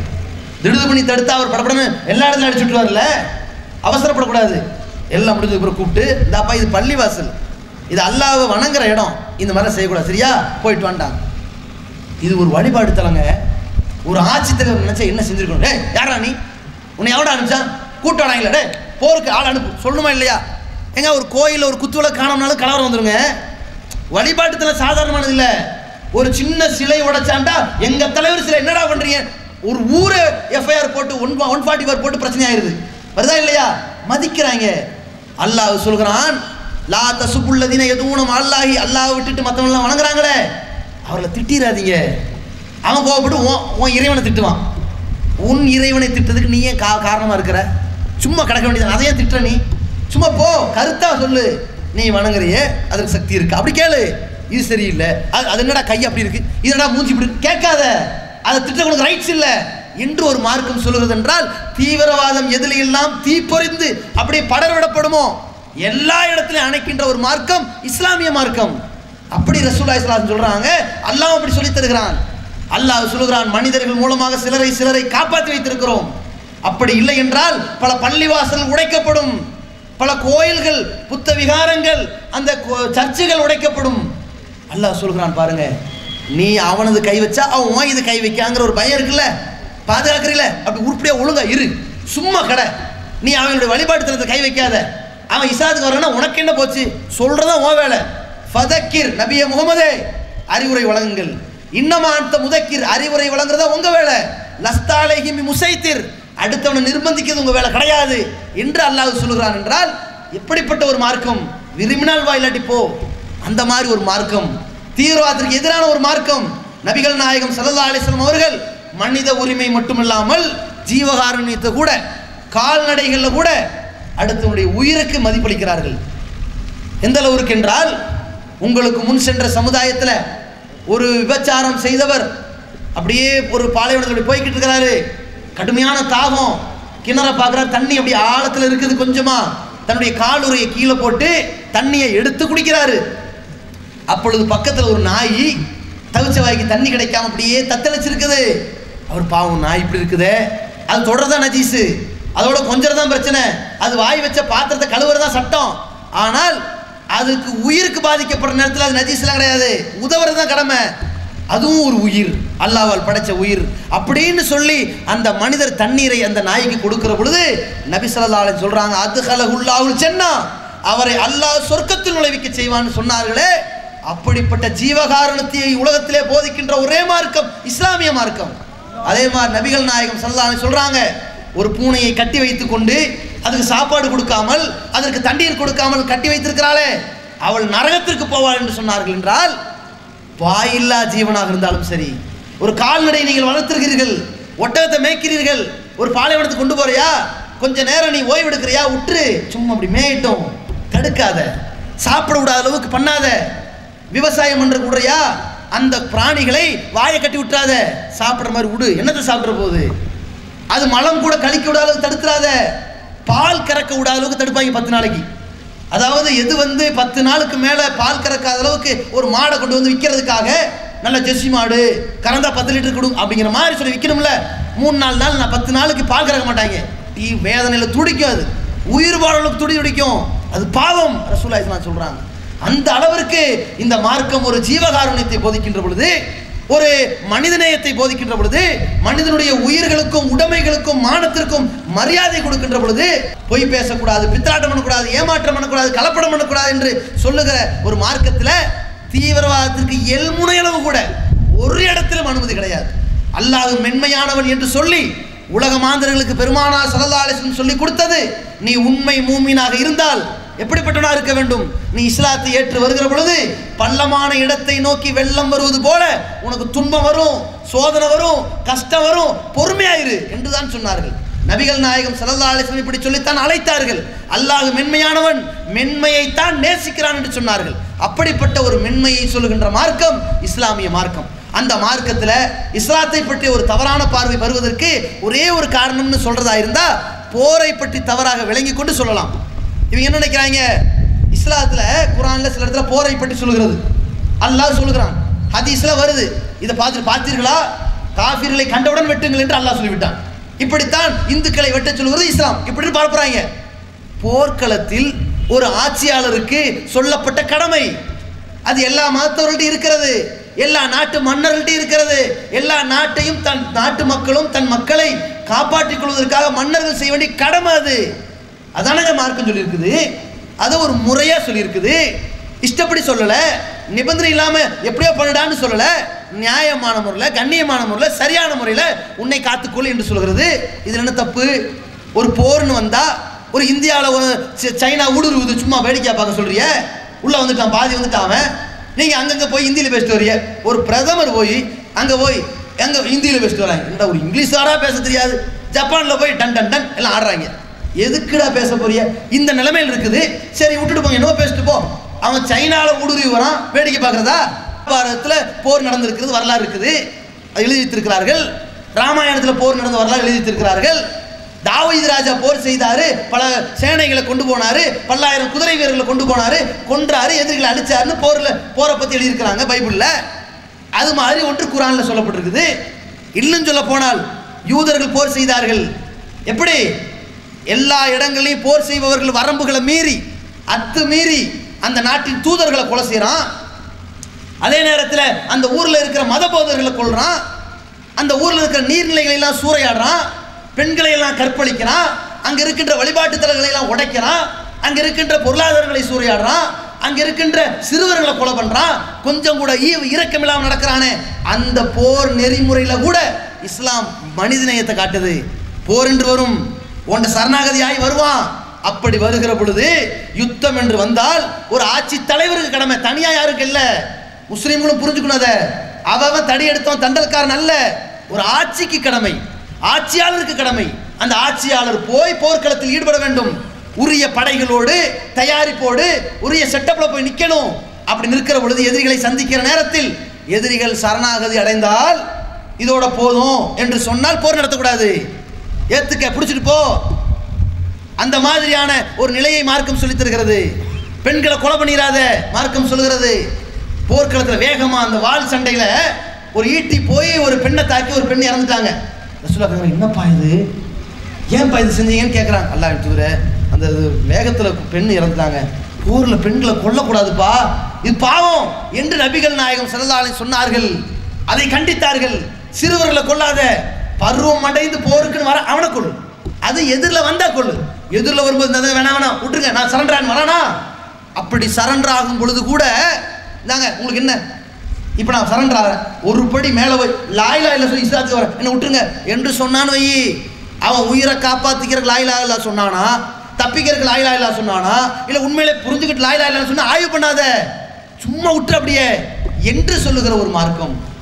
எவன் உள்ளத்தையும் பொழந்து பார்க்காத, அந்த ரைட்ஸ் உனக்கு இல்லை. நீ போருக்கு போகிறாய், உன்னை கொல்ல வந்ததற்காக, உன் நாட்டை அழிக்க வந்ததற்காக, அந்த எல்லையை பாதுகாப்பதற்காக, உன் நாட்டில் உள்ள முஸ்லிம்கள், யூதர்கள், கிறிஸ்தவர்கள் எல்லா தரப்பு மக்களை காப்பாற்றுவதற்காக நீ போருக்கு போகிறாய். இவ்வளவு சட்டங்கள் இருக்கிறது. நைட்டில் போர் செய்கிறாத, இருட்டில் வந்து நீ எந்த ஆயுதங்களை எப்படி சந்திப்பான், இருட்டில் போர் பண்ணாத, அவ்வளவு போர் நெறிமுறையை சொல்லிக் கொடுக்கின்ற ஒரு மார்க்கத்தில் அதை தப்பாக விளக்கிட்டு இருக்கிறாங்க. மக்கள் தப்பாக புரிந்திருக்கிறார்கள். அதை பிற மதத்தவர்களுக்கு நாம் எடுத்துரைக்க வேண்டும், அந்த நெறிமுறை எடுத்து சொல்லித்தர வேண்டும். இல்லைன்னா என்ன செய்யறாங்க தெரியுமா, பத்திரிக்காரங்க குற்றவியல் சட்டம் இருக்குல்ல, அதை போட்டு மக்களை பரப்புறாங்க. ரிசானா நஃபீக் என்ற ஒரு பெண்மணி, இலங்கையை சார்ந்த ஒரு பெண்மணி, பச்சிளம் குழந்தைய அநியாயமான முறையில் கொலை செய்யுது. கொலை செய்தால் என்ன செய்யணும், கொலைக்கு கொலை என்பது தனியாக சட்டம் இல்லைங்க, ஆட்சியாளர் செய்ய வேண்டிய தண்டனை, நிறைவேற்ற வேண்டிய தண்டனை. அது வன்கொடுமை கிடையாது, அது எல்லா மனிதர்களையும் காப்பாற்றுறதுக்கு. இப்படி செஞ்சாதான் எல்லா மனிதர்களுடைய உயிரும் பாதுகாக்கப்படும் என்பதற்காக, அவன் இஷ்டத்துக்கு கொலை பண்ண மாட்டான் என்பதற்காக. இன்னைக்கு பாருங்க, வினோதினி மேலே ஆசிட் வீசினாங்க, எத்தனை வருஷம் ஆச்சு, என்ன நிலை, தூக்கு தண்ணியை கொடுத்தாங்க. அந்த பொண்ணு இறக்கும் போது எனக்கு ஏற்பட்ட மாதிரி ஆசிட் அவன் மூஞ்சில வீசு அப்படின்னு சொன்னாங்களே, அது நடந்துச்சா? அவங்க அப்பா சொன்னாரே அவன் அதே மாதிரி வீசி கொல்லணும்னு சொன்னாரே, நடந்துச்சா? இப்போ போன வாரம் கல்லூரி மாணவன் ஆசிட் அமிலம் வீச்சுன்னு சர்வசாரம் வைக்கிறாங்க. எந்த அளவுக்கு பிரச்சனை ஓடிக்கிட்டு இருக்குது. பல பெண்கள் இதனால் பாதிக்கப்படுகிறார்களே, அந்த பாதிப்பு வராமல் காப்பாற்றுறது மனிதநேயம். அதை ஒரு நாட்டு சட்டம் அதை அரங்கேற்றும், அதை ஒரு தண்டனை சட்டத்தை நிறைவேற்றுவார்கள். அப்படி நிறைவேற்றும் போது கூட அந்த பிள்ளையை பெற்றவர்கள்ட்ட கேட்பாங்க, இந்தாப்பா உன் மகளை கொண்டிருக்கிறாங்க, நீ என்ன சொல்ல வர? அவர் ஏதோ அவசரத்தில் கொண்டிருக்கலாம், பாவம் ரொம்ப சிரமப்படுறாரு, நான் மன்னிச்சு விட்றேன், விட்டா பிரச்சனை இல்லை, கவர்மெண்ட் தடுக்காது. நீனே சம்மந்தப்பட்ட உரிமையாளரே மன்னிச்சு விட்றேன்ட்ட, ஓ உணர்வு, நீ ஏன் மன்னிச்சு விட்றேன்ட்ட, போயிட்டு வா அப்படின்னு சொல்லி ஒரு ஈட்டுத்தொகை வாங்கி கொடுத்து, அவனுக்கு பயம் வரணும்ல, அதுதான் ஈட்டுத்தொகை நஷ்டஈடெல்லாம் வாங்கி கொடுத்து விட்டுரும். இல்லை விடக்கூடாது, எனக்கு ஏற்பட கொடுமை யாருக்கும் நடக்கக்கூடாதுன்னு கொந்தளிச்சா தண்டிக்கும். அதே மாதிரி ஒரு நேரத்தில் வளைகுடா நாடுகளில் ஒரு சட்டம் நிறைவேற்றப்படுது. சில ஆண்டுகளாக தன் மகனை கொலை செய்த ஒரு கொலைகாரனுக்கு தண்டனை கொடுக்கணும்னு அந்த அம்மா முறையிட்டே வந்தாங்க. கரெக்டாக கொண்டு வந்து அந்த ஆளை தூக்கு மேடையில் ஏற்றுற காட்சி நடக்க போகுது. இந்த மகனை இழந்த தாய் வேடிக்கை பார்க்குறாங்க. அப்பொழுது தூக்கு மேடைக்கு போகக்கூடியவனுடைய தாய் நின்று அழுகிறாள். இதை பார்த்து நமக்கு தாங்க முடியல, தவங்க வாங்க போதும், இவ்வளோ நாள் நிற்க வச்சு இந்த மேடையில் வரைக்கும் ஏற்றுட்டீங்க, இது போதும், என் மகனை கொண்டதுக்கு அதை மன்னிச்சு விட்டுற விடுங்க அப்படின்னு வராங்க பாருங்க. இந்த தாய்க்கு இந்த உணர்வை உண்டாக்கினது எது? மன்னிப்பே சிறந்தது. அலா துகிப்பூன ஐயகுப்பிரலாவுலக்கும், அல்லாஹ் உங்க பாவத்தை மன்னிக்க நீங்க விரும்ப மாட்டீங்களா?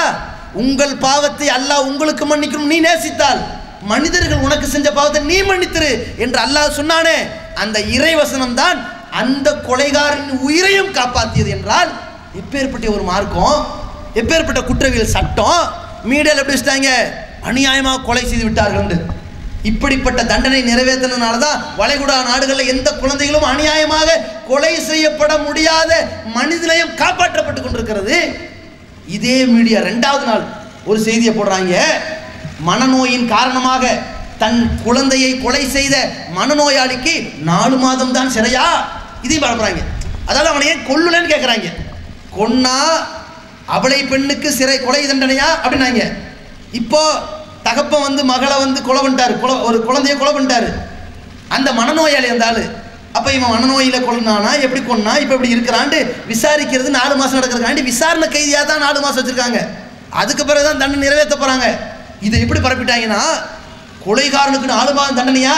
அப்போ என்ன சொல்ல வர, கொல்லணுங்கிற, கொன்னா அதை கேள்வி கேட்கிற. இதுதான் பிரச்சனை இவனுக்கு. இந்த மாதிரி ஊடகங்களில் சித்தரிக்கப்படுகின்ற நிலையை நாம் அகற்றி, இஸ்லாமிய மார்க்கம் அவ்வளவு மனித உரிமையையும் மனித நேயத்தையும் போதிக்கின்ற ஒரு மார்க்கமாக, தீவிரவாதத்திற்கு எதிரான ஒரு தீவிரத்தை மக்களிடத்தில் உண்டாக்கி இருக்கின்ற மார்க்கமாக, ஒவ்வொரு மனித உரிமையையும் அவனுடைய இடத்தில் வைத்து மதிக்கின்ற கணவன் மனைவி, பெற்றோர் பிள்ளை, ஊழியர் முதலாளி, எல்லா துறைகளிலும் அவனவனுக்கு செய்ய வேண்டிய உரிமை, அவனவனுக்கு செய்ய வேண்டிய கடமை, அவனவனுக்கு சொல்ல வேண்டிய மரியாதை, அனைத்திலும் கண்ணும் கருத்துமாக வழிகாட்டுதலை சொல்லிக் கொடுத்திருக்கின்ற இந்த மார்க்கம் தீவிரவாதத்துக்கு எதிரான, தீவிரவாதத்தை அழிக்கின்ற, தீவிரவாதத்தை முற்றிலும் வேரோடு வேரடி மண்ணோடும் இந்த உலகத்தில் பிடுங்கி எரிந்திருக்கின்ற ஒரு மார்க்கம் இஸ்லாமிய மார்க்கம் என்பதை உலகத்திற்கு எந்த மீடியாக்களால் தவறாக பரப்பப்பட்டதோ அதையும் தாண்டி நம்முடைய பிரச்சாரம் எல்லா மக்களையும் சந்தித்து, நம்ம தமிழர்களா 7 கோடி தமிழர்கள்ல ஒரு 3 கோடி சிறுவர்களை விட்டுருங்க, 4 கோடி தமிழர்களை சந்தித்தே தீர்வோம். இந்த ஜமாத் 4 கோடி தமிழர்களை 1 கோடி துண்டு பிரசுரங்கள் மூலமாக, 50,000க்கு மேற்பட்ட மெகாபோன் தெருமுனை கூட்டங்கள் மூலமாக, 20,000க்கு மேற்பட்ட கிராம பிரச்சாரங்கள் மூலமாக தமிழ்நாடு, கேரளா, கர்நாடகா, ஆந்திரா, மகாராஷ்டிரா, அண்டை மாநிலங்களில் வசிக்கின்ற தமிழர்கள், அதே போல வெளிநாட்டிலே வசிக்கின்ற தமிழர்கள் முதல் கட்டமாக இந்த தமிழ் மக்களிடத்திலே கொண்டு போய் இஸ்லாமிய மார்க்கம் தீவிரவாதத்திற்கு எதிரான ஒரு மார்க்கம், இஸ்லாமியர்கள் தீவிரவாதத்தை எதிர்க்கின்றவர்கள், இஸ்லாமியர்கள் ஒருபோதும் பயங்கரவாதத்தை ஆதரிக்க மாட்டார்கள், பயங்கரவாதத்தில் ஈடுபடுபவர்கள் முஸ்லிம்களே கிடையாது என்கின்ற மிக சிறந்த சித்தாந்தத்தை எடுத்துரைக்கின்ற தீவிரவாதத்திற்கு எதிரான முஸ்லிம்களின் தீவிர பிரச்சாரத்தை தமிழ்நாடு தௌஹீத் ஜமாத் அக்டோபர் 15 முதல் நவம்பர் 15 வரை 1 மாத கால தொடர் பிரச்சாரமாக நடத்த இருக்கிறது. அதிலே அனைத்து சகோதரர்களும், அனைத்து தரப்பு மக்களும், எல்லா தரப்பு சகோதரர்களும் உங்கள் பங்களிப்பாக, உங்களுடைய உற்றார் உறவினர்கள் மூலமாக, நண்பர்கள் மூலமாக, வகுப்பு தோழர்கள் மூலமாக, வகுப்பு தோழியர்கள் மூலமாக, வேலை செய்யும் இடங்களில், பணி செய்கின்ற இடங்களில், பணி அமர்த்தும் இடங்களில், எல்லா இடங்களில் சந்திக்கின்ற பொழுது, கடை வீதிகளில் சந்திக்கும் அனைத்து புறங்களிலும், கிராமப்புறங்களிலும், மருத்துவமனைகளிலும், பேருந்து நிலையங்களிலும் இஸ்லாமிய மார்க்கம் தீவிரவாதத்திற்கு எதிரான மார்க்கம் என்பதை நம்முடைய சொல்லாலும் செயலாலும் நடைமுறைப்படுத்த கடமைப்பட்டிருக்கின்றோம். மக்களிடத்திலே உண்மை மார்க்கத்தை, மென்மை மார்க்கத்தை, கண்ணியமான மார்க்கத்தை, இந்த சமுதாய மக்களுக்கு, மனித குலத்திற்கு சரியான ஒரு ஏற்ற இஸ்லாமிய மார்க்கத்தை எடுத்துரைத்து அதன் மூலமாக அவர்கள் அல்லாஹ் நாடினால் இந்த சத்திய மார்க்கத்தை நேசிப்பார்கள். அப்படிப்பட்ட ஒரு பிரச்சார களத்தில் ஈடுபட வேண்டும் என்று உங்களை அன்போடு தமிழ்நாடு தௌஹீத் ஜமாத் சார்பிலே கேட்டுக்கொள்கின்றோம். அஸ்ஸலாமு அலைக்கும் வ ரஹ்மத்துல்லாஹி வ பரகாத்துஹு. அல்லாஹ்